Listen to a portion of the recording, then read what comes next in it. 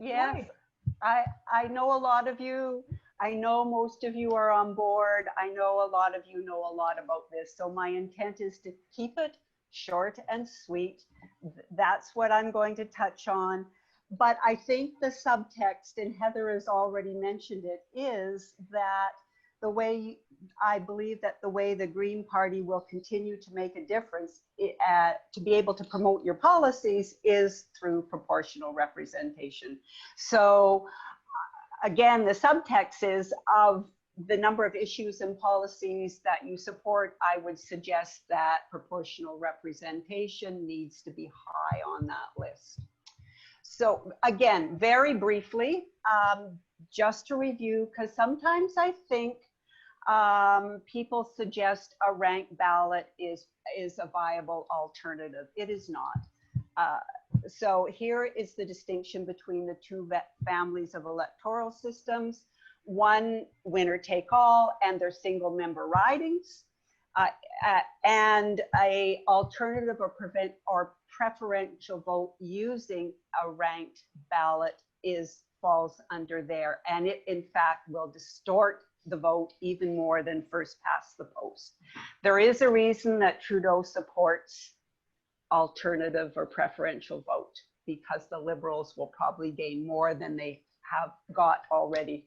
Proportional representation, multi-member ridings, and there's many ways you can do PR, but what is really important is that anything that has been proposed in the Canadian context is either made in Canada or tailored to our country.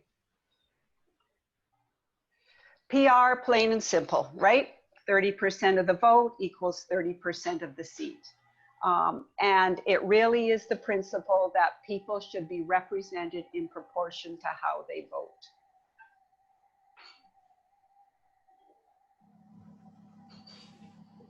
So why is proportional representation important? And of course, I'm sure you all know this, but I draw your attention to the green slice of the pie. How we voted, what we got, right? And of course, the problem is, unlike the Bloc, Green Party support is spread across the country. And so that dilutes the vote, and there's really not much chance that in many ridings, Greens will achieve a plurality. So there's many reasons for proportional representation. Fair Vote, of which I am a member, and should have mentioned that, has great information on their site. I'll have the link at the end. I want to focus on two things. Of course, the one near and dear to your hearts, and that is the environment. Research shows that countries with proportional representation systems do better on the environment.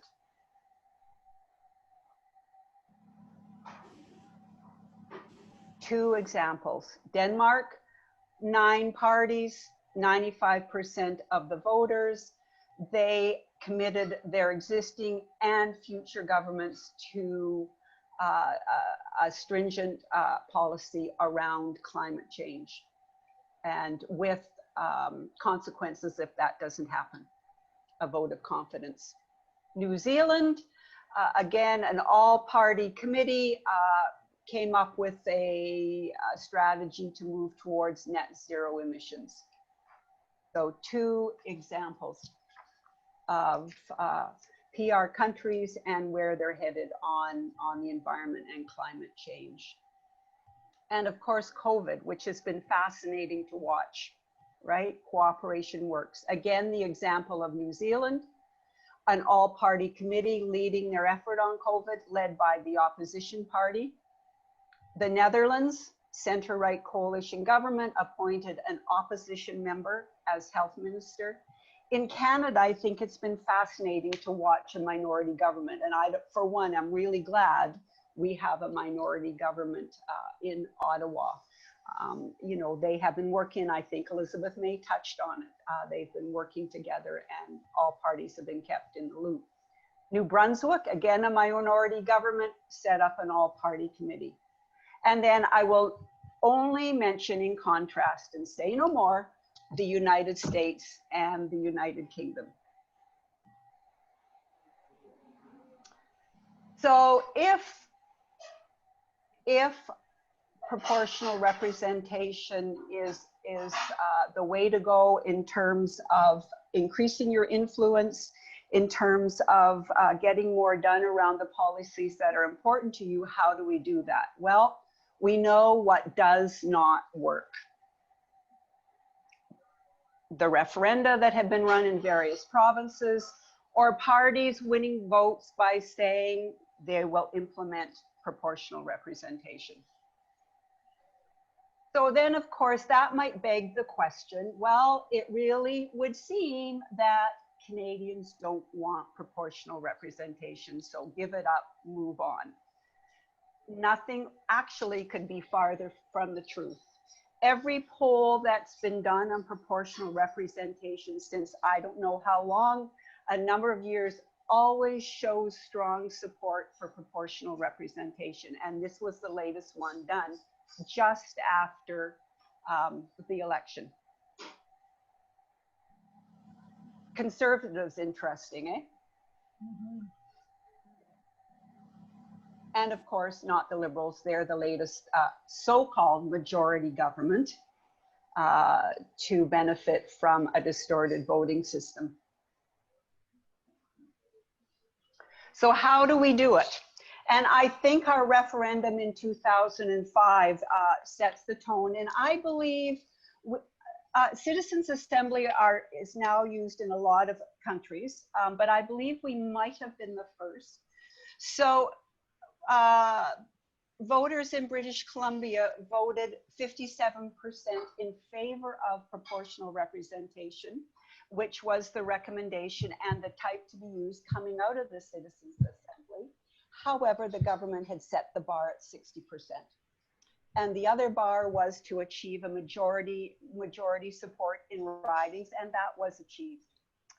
A Citizens Assembly, a body of citizens formed to deliberate on an important policy issue, built on the belief that citizens, when given the time, the knowledge, the resources, they can come up with good solutions.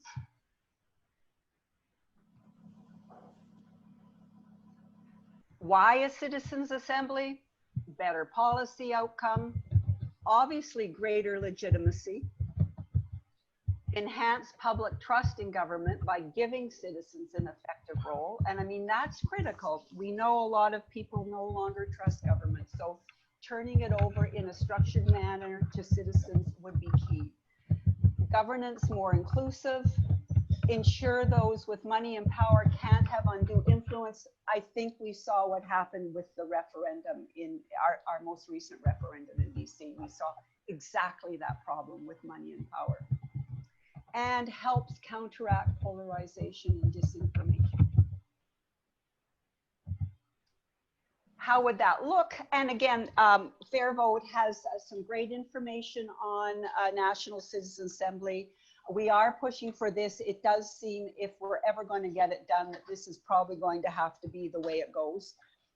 So a random sample, you can stratify to ensure that the appropriate percent of minorities, of women, however you wish to stratify that, happen. You give it sufficient time, you ensure it's independent, you provide expert help, and you bring in the public with education and engagement. So finally, and I'm not saying this is me, but I will quote. So what I'm saying is that our democracy is not working as it should. Our voting system, first past the post, allows the minority to rule over the majority. I want to just take a pause here. I think we need to, language is important. I think we really need to challenge the narrative. It's in the media, it's everywhere, that when a party wins a seat majority, they have achieved a majority. I think we always have to pull people up and say, wait a minute, a seat majority, but not a voter majority. We hear that in Ontario, you know, Ford got a strong majority. We hear it, you know, we've heard it in Ottawa before, Conservative Liberals, strong majority. I really think we have to make people aware that a seat majority does not equal a voter majority. Okay, so on with this quote, first past the post, misrepresent voters' true preferences, leaves Canadians unrepresented, causes wild policy reversals, and denies some voters the right to vote for the party of their choice. So we don't live in the democracy we think we do.